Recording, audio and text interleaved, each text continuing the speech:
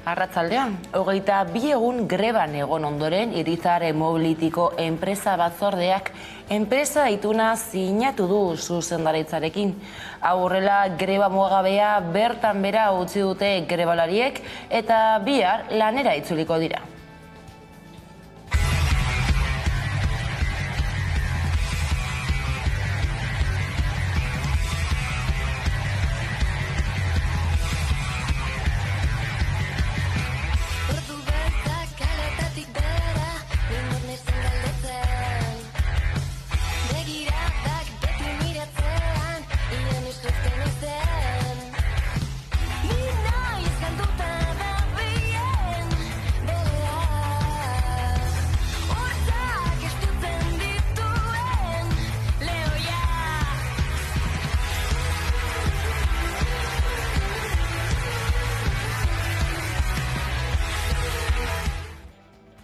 Kastaritza modernoaren antzinetako bat joan da, Miren Joane Azurza zendu da.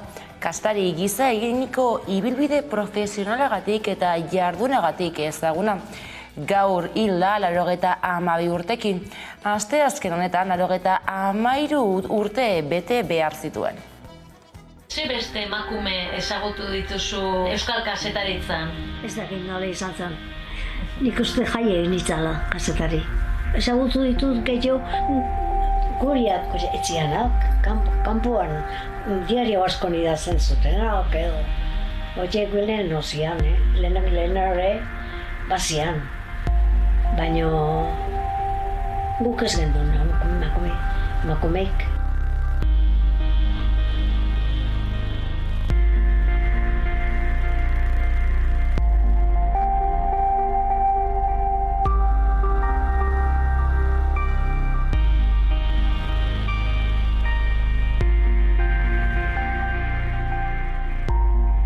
Ez dakit nola izan zen. Nik uste jaie nitzala kazetari. Osakidetzako langileek greba eguna dute gaurkoa ospitaleetan eta osasun mentalean. Satze, ELA, LAB, Comisiones Obreras, UGT eta ESK sindikatuek deituta. Goizean mobilizazioak egin dituzte Bilbon, Donostian eta Gasteizen. Kontutan hartu behar duguna da urteak daramatzagula arazoei konponbiderik eman gabe. Eta pandemiak egin duen bakarra da aularriagotu.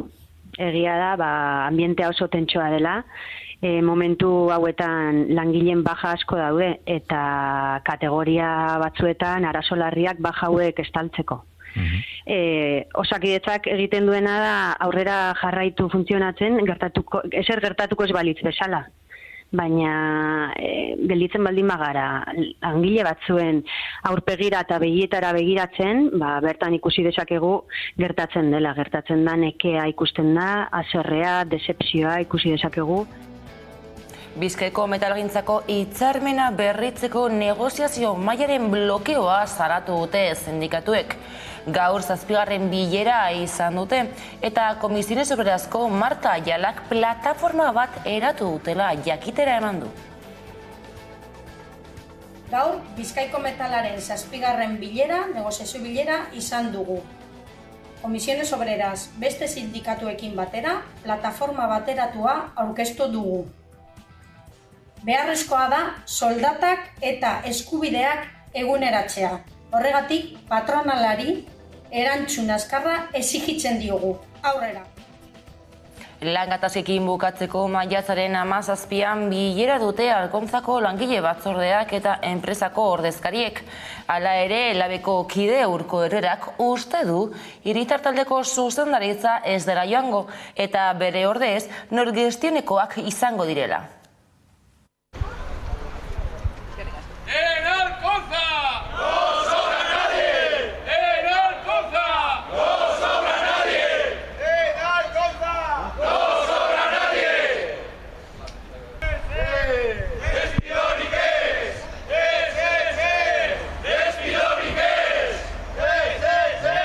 Maiatzan 24an, momentuz dekogu epaiketa.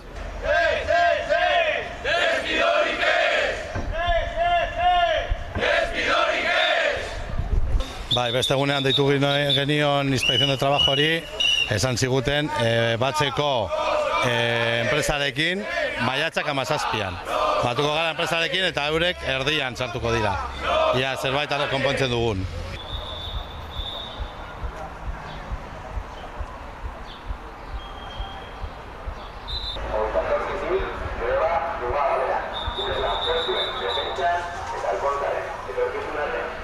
Bueno, printzipioz ez dakigu etorriko den Irizar, ala Norgestion etorriko diren.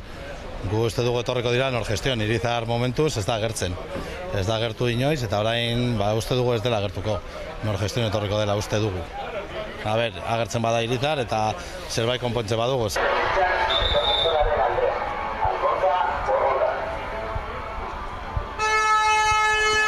Bueno, gu saiatuko gara ez jagatzea epaiketara. Gu lehen ja presentatu genion erte bat eta gauza asko, eta orain presentatuko diogu gauza bera eta ia zer esaten duten eurek.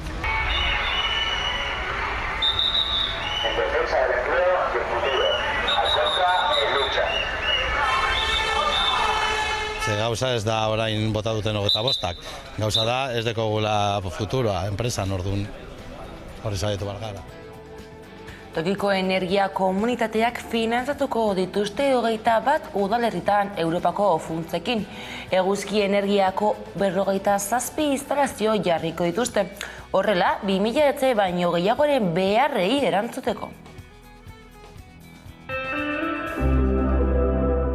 5.000 biztanletik beherako Gipuzkoako 21 udalerritan tokiko energia komunitateak finantzatuko dituzte Europako Next Generation funtsen bidez. Orotara eguzki energiako 57 instalazio jarriko dira, eta 1.200.000 kilowatt-ordu energia berriztagarri sortuko dituzte, 2.000 etxe baino gehiagoren beharrei erantzuteko. Guztira 3.500.000 euro inbertituko dira. Horietatik 1.000.000 pasatxo Europatik etorriko da, eta gainerako 2,4 milioiak ingurumen departamentuak finantzatuko ditu. Ingurumeneko diputatu Jose Ignacio Asensiok esan duenez, aurrera pauso nabarmena izango da trantsizio energetikorako bidean. Gipuzkoaren etorkizuna eta ongizatea oparo izango badira, gai izan behar baitugu energia berriztagarrien ekoizpena eta kontsumo handitzeko. Horretarako autokontsumoa sustatu eta aurrezkia bultzatuta. Gaineratu du sozialki eragiten duten onura ere handia dela, energia demokratizatzen baitu, konpainia handiekiko mendekotasuna gutxituz, eta ingurumenari dagokionez 100% berriztagarria eta 0 kilometrokoa den energia sortzen dute.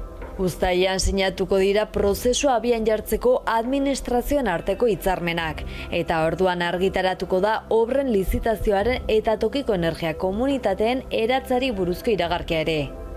Espero da urrian hastea eguzki plakak jartzeko obrak eta komunitateak eratzeko prozesuak. Aurreikuspenen arabera 2023ko uztailean jarriko dira martxan energia komunitateak udalerrietan. Programan parte hartuko duten herrien artean dira besteak beste Abaltzizketa, Asteasu, Berastegi, Ibarra, Ormaiztegi eta Zizurkil.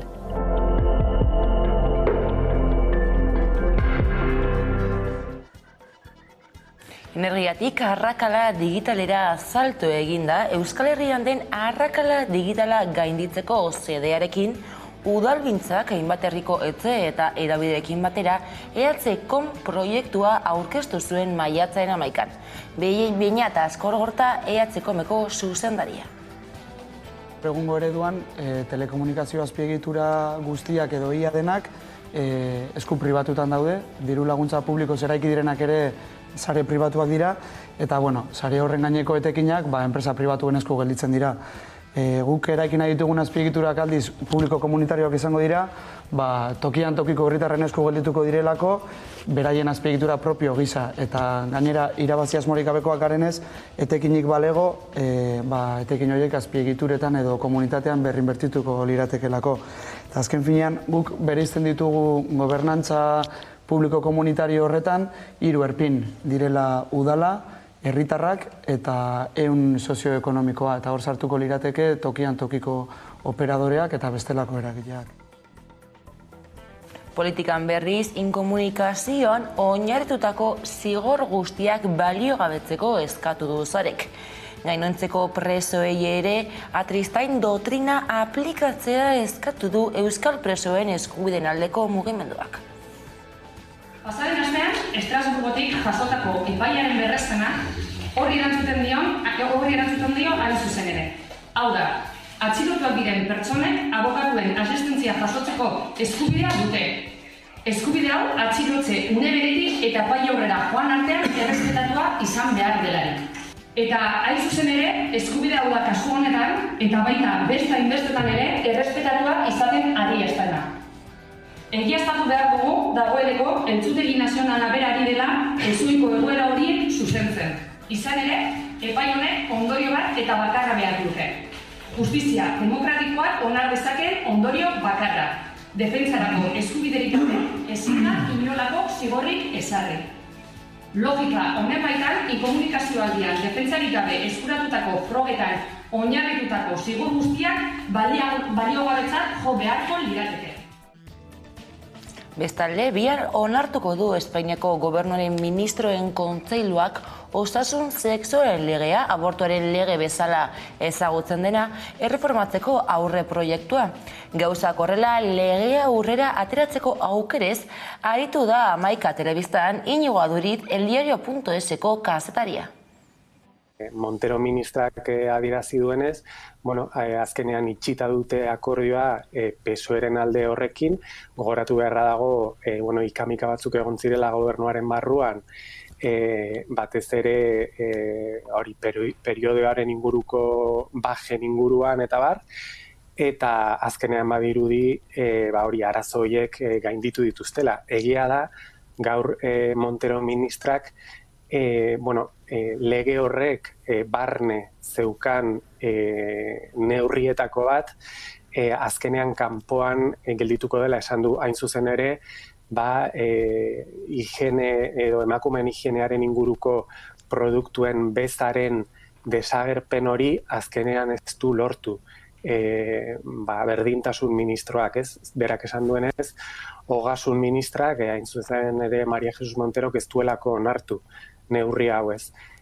Nik uste egia dela neurri hau oso garrantzitsua zela eta feminismoaren mugimendutik, eta ez bakarrik feminismoaren mugimendutik, baizik eta beste mugimenduetatik bezau kentzeko eskaerak behin eta berriro egin dira, eta azkenean hau ez da lortu, baina bai bajen inguruko akordio hori eta baita ere abortuaren inguruko.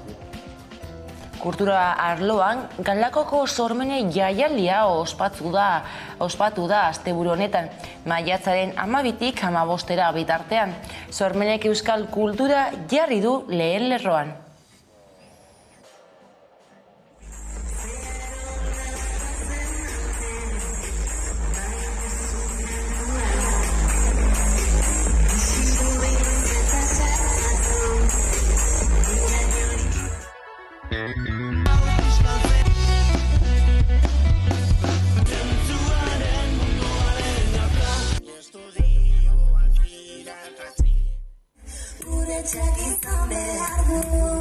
Euskararen teilatupe, bestela bat askatzeko, bestela lotuko luke, bestela bat askatzeko.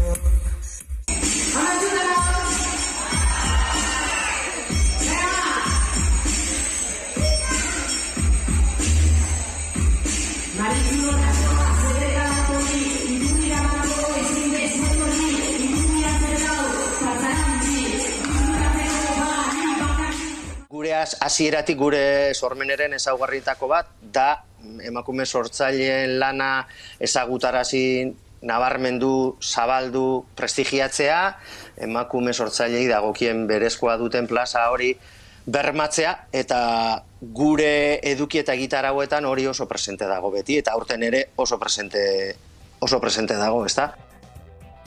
Kiroletan berriz, Demi Boyerin, erberetarrak irabazi du emakumezkoen itzuliaren lehen edizioa.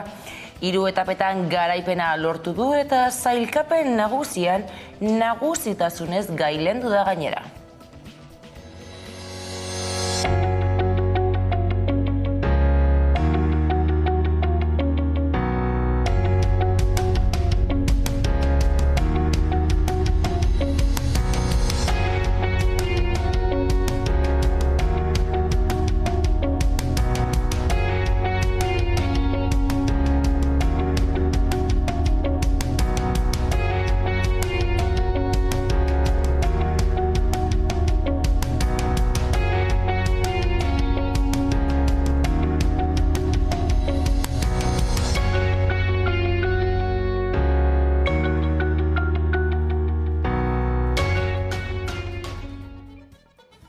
Besterik ez gure aldetik eta gogoratu une oro aurkituko gaituzuela 11.eus atarian. Ondo izan.